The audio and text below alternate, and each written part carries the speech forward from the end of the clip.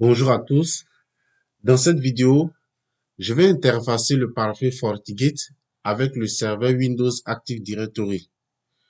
Alors, ce cas d'utilisation, c'est généralement pour permettre à des comptes définis non sur le pare-feu FortiGate, mais sur le serveur Windows Active Directory, de pouvoir être utilisés pour avoir une connexion ou bien pour pouvoir se connecter sur le pare-feu FortiGate.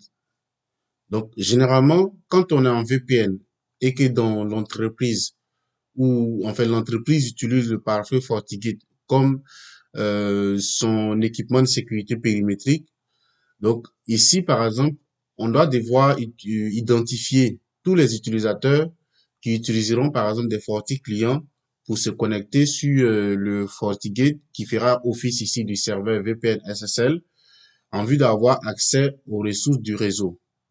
Donc, au lieu de définir ces utilisateurs, ces comptes utilisateurs, par exemple, depuis le pare-feu FortiGate, il est mieux de les définir en fait sur le serveur Windows Active Directory. Donc, je vais revenir dessus tout à l'heure. Et donc, d'interfacer le FortiGate avec ce serveur Windows pour que le FortiGate puisse charger tous les utilisateurs qui auront été définis en fait ici dans le but de pouvoir les authentifier lorsque ceux-ci arrivent en fait sur le pare-feu FortiGate avec ces identifiants-là.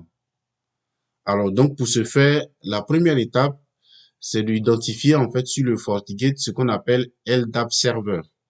Donc LDAP Server parce que ce qui permet au pare-feu FortiGate de pouvoir charger tous les utilisateurs définis par exemple sur du serveur Windows Active Directory. Le protocole ici, c'est le protocole LDAP. Donc, je vais définir donc un serveur LDAP. Donc, je vais créer ici, je vais l'appeler par exemple serveur, bon, en anglais, hein, voilà, serveur Windows, peut-être je peux me AD pour Active Directory.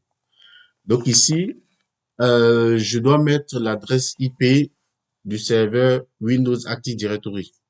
Donc, il faut bien se rassurer en fait que il y a une communication réseau entre le pare-feu FortiGate et le serveur Windows Active Directory. Sinon, ça ne pourra pas marcher. Alors, je vais faire une petite parenthèse sur en fait l'onglet 2 de mon navigateur. Donc ici, c'est juste vous montrer en fait un petit schéma par rapport à ce que je suis en train de faire.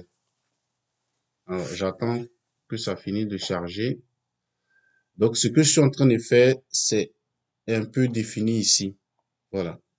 Donc, on a notre serveur Windows Active Directory. Bon, j'ai juste mis un PC en fait pour définir ce qu'on appelle LAN, Local Area Network. Donc, on a le pare-feu FortiGate qui fait office d'équipement de sécurité périmétrique. J'ai mis un routeur, voilà, qui va rediriger en fait les trafics vers ce nuage qu'on appelle Internet. Et après, en fait, sorti par un autre routeur, bien entendu, pour rejoindre peut-être des devices ou en fait un autre site distant de la même structure ou un autre site distant du partenaire, par exemple, avec qui, en fait, on veut échanger un certain type de ressources. Donc ici, je reviens. Alors, l'adresse IP de mon serveur Windows Active Directory, je veux le déterminer ou je vais, oui, c'est ça.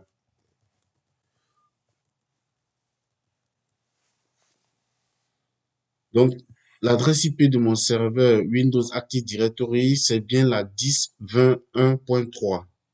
Donc, c'est ce que je vais définir en fait ici. Donc, 10.20.1.3. Alors, le protocole LDAP dont nous avions parlé tout à l'heure utilise le port 389 pour établir en fait la communication avec le serveur distant, le serveur Windows Active Directory. Et pour Common Name Identifier, donc c'est le compte SAM. Donc j'écris SAM account name. Donc j'écris SAM account name. Voilà.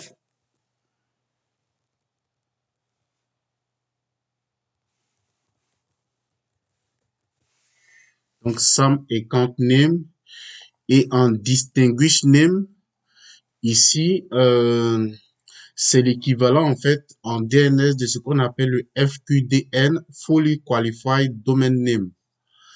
Alors, donc, on distinguish parce que ça permet d'identifier de façon unique notre serveur Windows Active Directory ou notre domaine, voilà.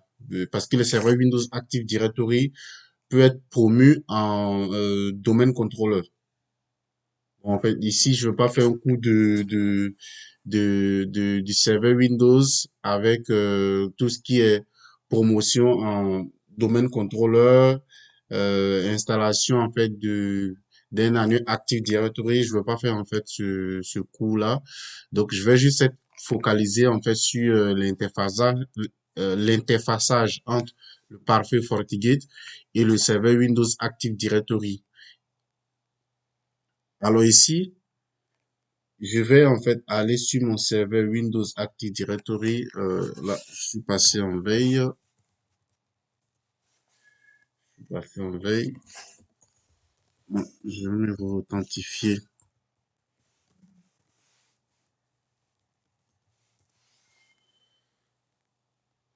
Voilà. Donc, ici, je vais taper utilisateur et ordinateur Active Directory. Donc ici, c'est ce nom en fait que je dois renseigner cyberdenied.local.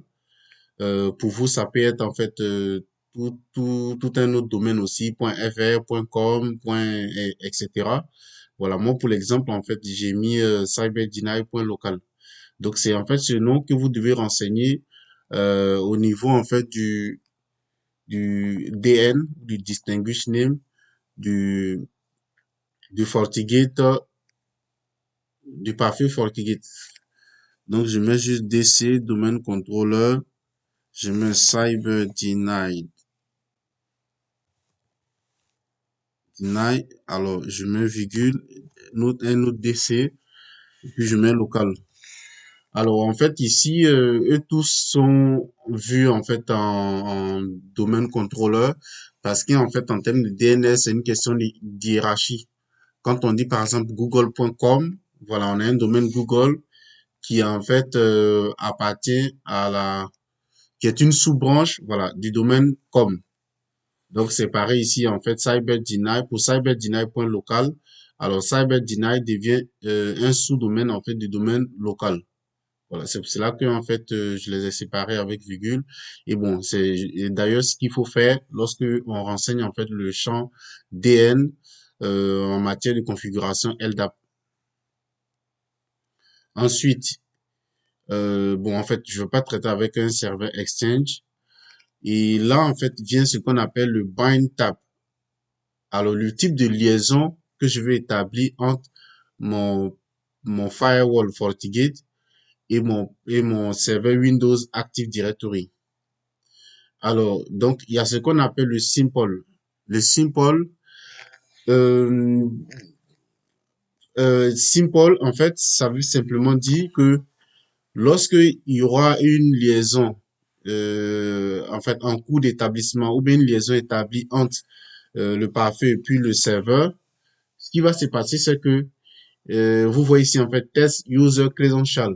Donc, ce qui va se passer, c'est que si j'ai un utilisateur qui est défini effectivement sur le serveur Windows Active Directory, je n'aurai pas alors dans cette OU.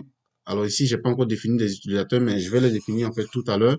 Donc, si j'ai un utilisateur en fait défini ici, ce qui va se passer, c'est que avec la simple liaison, voilà, c'est en anglais simple, avec la simple liaison, euh, mon parfait FortiGate va faire une recherche de l'utilisateur, donc qui cherche à se connecter sur le parfait FortiGate, parce que bien entendu, on a dit tout à l'heure effectivement que cet interfaçage en fait consistera pour le FortiGate de charger tous les utilisateurs qui auront été définis en fait dans le serveur Windows Active Directory sur en fait son interface ou en fait de pouvoir les récupérer voilà sur demande.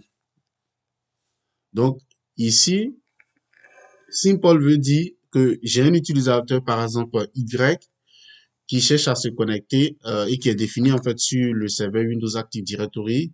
Le FortiGate va donc faire une recherche de cet utilisateur en partant sur en fait cette racine. Donc on aura par exemple local comme la racine principale. Après domaine, enfin la sous-branche, ça sera Cyber Denied. Et on va chercher en fait que dans cette branche-là. Donc ce n'est pas intéressant si par exemple dans l'environnement ou dans l'entreprise, j'ai plusieurs sous-branches définies. Entendez par sous-branche, entendez par sous-branche, ici par exemple, j'ai défini une branche qu'on appelle la bourgette. Voilà, je peux définir en fait une autre branche et tel que je l'ai fait ici, dans cette autre branche, je vais définir par exemple aussi des utilisateurs. Je vais définir encore une troisième branche, je vais définir d'autres types d'utilisateurs, ainsi de suite, ainsi de suite. Et ça, c'est pratique en fait, ou c'est ce qui se fait généralement quand on a, par exemple, une direction marketing, une direction exploitation informatique, ou bien à une échelle un peu plus grande, comme par exemple on a notre structure qui est déployée peut-être dans plusieurs villes. Donc il faut en fait plusieurs OU, Organization Unit, unités d'organisation, pour pouvoir regrouper ou traiter avec ces différents sites ou bien ces différentes directions de notre structure ou de notre entreprise. Et dans ce cas de figure, il n'est pas intéressant de choisir en fait Simple parce que ça voudrait dire que si un utilisateur Y qui est par exemple dans la direction exploitation informatique ou dans la direction marketing essaie de se connecter, il faudrait qu'au niveau du DN, j'ai renseigné vraiment la bonne branche. Parce que c'est dans cette branche que FortiGate ira chercher l'utilisateur en question. Donc, si c'est la mauvaise branche, alors la connexion lui sera refusée. Quand bien même que, en fait, dans les normes, l'utilisateur aurait pu s'authentifier. Donc, c'est ce que en fait signifie le simple, la liaison simple. Il y a aussi la liaison anonymous. Anonymous, c'est juste une question en fait de procédure. Alors, une simple liaison serait établie. Je pense que je vais, en fait, quand je vais fournir la vidéo, en fait, au fil de cette explication, je vais mettre en fait je vais peut-être mettre en fait des images, en fait, un peu plus explicites. Mais je vais voir.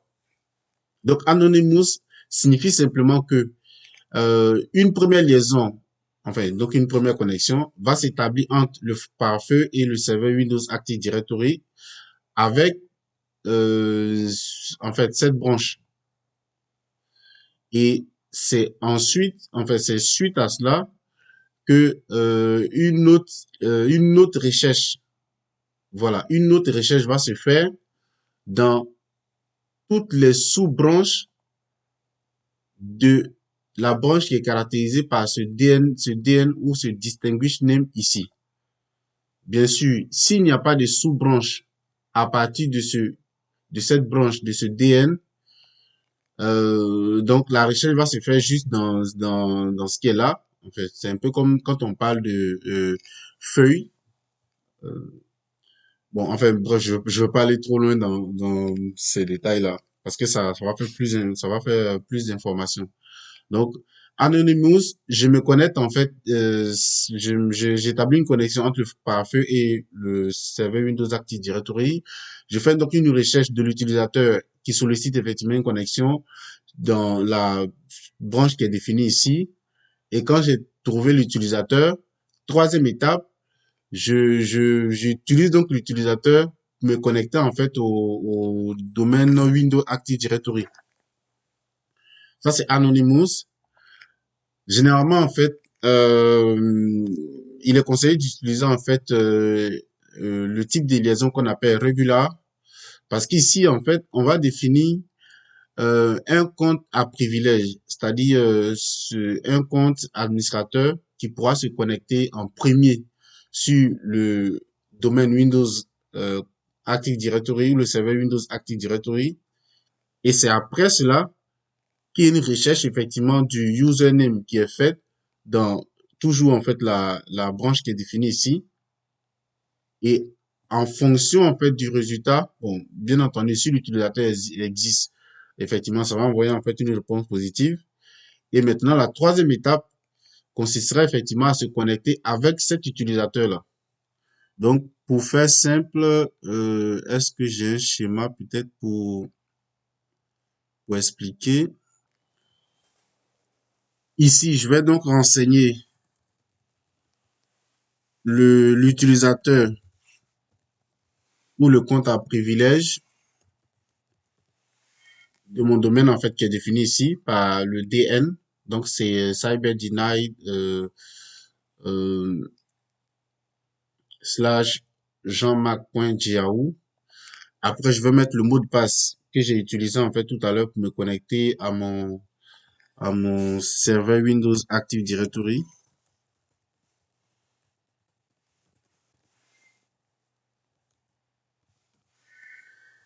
Donc ici, je peux tester pour voir si déjà avec ça, j'arrive à me connecter. Donc, par exemple, ici, test connectivité, ça, ce sera au niveau, en fait, IP. Alors, space were trimmed in the distinguished name during testing. Despite the testing being successful, current distinguished name setting may not work. Okay, donc please review and remove extra spaces and save the LDAP configuration. Donc, je pense que c'est certainement cet espace. Donc, je vais refaire le test. Voilà, c'est bon. Donc, effectivement, il y avait un espace, en fait, en fait, que dans sa configuration, il n'accepte pas. Donc là, j'ai fait, en fait, le test. Ça veut dire que mon pare-feu FortiGate arrive à échanger avec le serveur Windows Active Directory. Donc, je peux, bon, test user credential. Alors, pour le moment, je n'ai pas défini d'utilisateur, en fait, ici. Comme vous le voyez, voilà, il n'y a pas d'utilisateur et, en fait, il n'y a pas une autre branche où j'ai défini, en fait, d'autres utilisateurs. Par contre, j'ai cet utilisateur-là, c'est lequel? Je vois c'est quel utilisateur que j'ai par défaut. Enfin, voilà. Donc, j'ai cet utilisateur. Jean-Marc Giaou, etc. Donc, vu que en fait c'est ce domaine que j'ai renseigné, ça veut dire que l'interfaçage du pare-feu et du serveur Windows, alors, me permettra de charger en fait tout ce qu'il y a ici, tous les utilisateurs qui sont ici, et donc tous les utilisateurs qu'il y a ici. Et donc, comme en fait j'ai ce user dans lequel il y a Jean-Marc Giaou ici, donc, je vais faire test user credential avec Jean-Marc Giaou pour voir.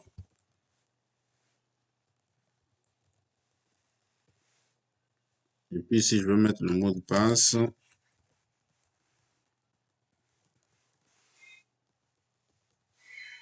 voilà, quand je fais test, donc, effectivement, avec cet utilisateur, j'ai bien pu me connecter, en fait, au serveur Windows Active Directory. Alors, ça veut dire que la configuration LDAP est bonne. Alors, je vais, par exemple, faire browse pour charger, par exemple, pour voir ce qu'il aura chargé. Donc, comme vous pouvez le voir ici, c'est bien en fait Cyber Denied, en fait, mon point local, mais en fait, il les a séparés avec des DC. Et j'ai effectivement euh, mon new user, mon new user qui est là, voilà, qui est chargé en fait au niveau du pare-feu FortiGate. Je fais OK, et je fais OK. Donc ça, c'est la première étape de la configuration. Alors, la deuxième étape, il faut définir un groupe d'utilisateurs. Donc ici, moi, je vais par exemple je vais l'appeler par exemple LDAP User Group ou bien LDAP User. Alors, donc les membres de ce groupe, c'est des groupes effectivement qui sont pas définis ou c'est des utilisateurs qui sont pas définis de manière local au parfait FortiGate. Donc ici, ils vont faire partie en fait des remote group. Je fais donc add et ici vous voyez remote server en group name. Donc add, c'est bien en fait mon serveur Windows Active Directory que je vais renseigner. Voilà, donc on a tout ce qui est enfin le contenu vraiment de l'Active Directory qui est chargé. Donc, vous voyez ici, administrateur clé entreprise, administrateur DHCP. C'est exactement, en fait, ce qui est ici. Euh, voilà, administrateur clé entreprise, DHCP, administrateur Z, c'est exactement. Voilà, administrateur Z. Donc, je fais OK. Alors, j'ai pas, bon, OK. Moi, je fais OK. Donc, j'ai mes utilisateurs, en fait, qui sont normalement, enfin, qui sont distants, qui sont définis dessus.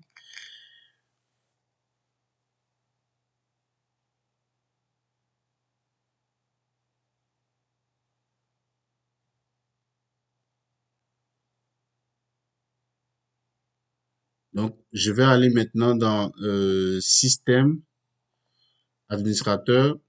Donc là, en fait, c'est un administrateur, c'est le super admin par défaut, en fait, du parfait FortiGate. Je peux créer, en fait, un autre super admin localement.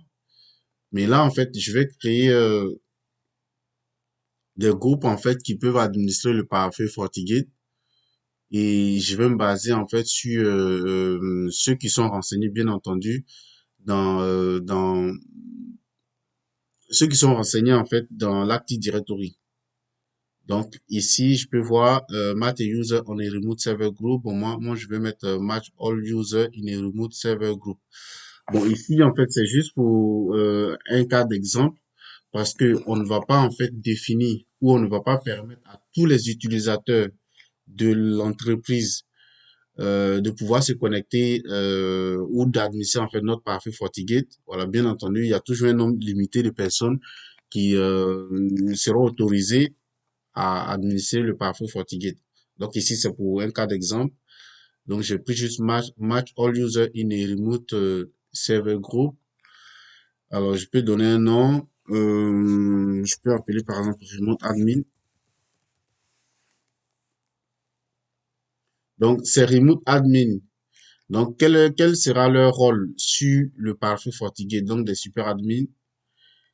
Et effectivement, je les charge en fait depuis le serveur Windows Active Directory ici.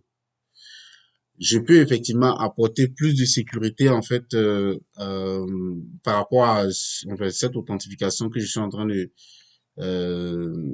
enfin par rapport au compte que je suis en train de définir. Donc ici, je peux mettre par exemple restrict login to TrustOS. Donc c'est les machines, enfin en plus des noms des comptes utilisateurs, et FortiGate va se baser effectivement sur les adresses IP en provenance pour voir s'il faut continuer à process ou à traiter en fait l'authentification de l'utilisateur ou effectivement il faut enfin il faut bloquer. Donc je peux définir par exemple des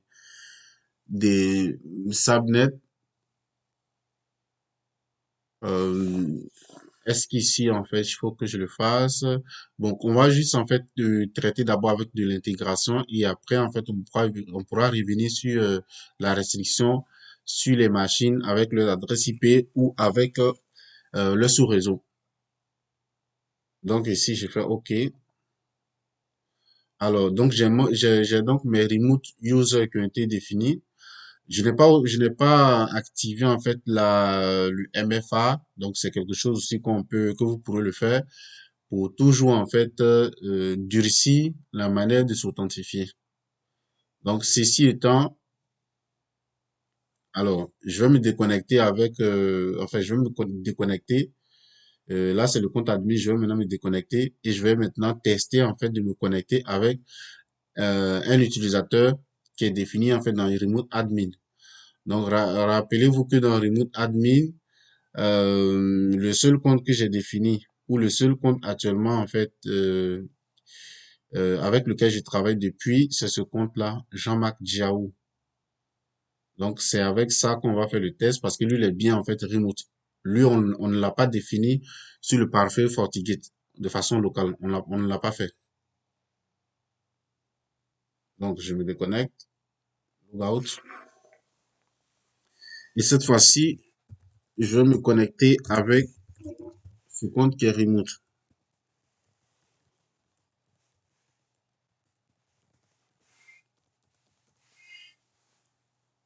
OK. Et comme vous le voyez, j'ai pu me connecter.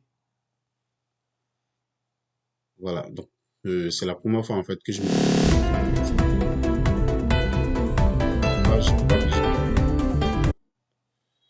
Voilà. Donc, comme vous voyez ici, jeanmarc.diaou. Donc, j'ai pu me connecter sur le parfait FortiGate avec un compte remote, un compte à distance. OK.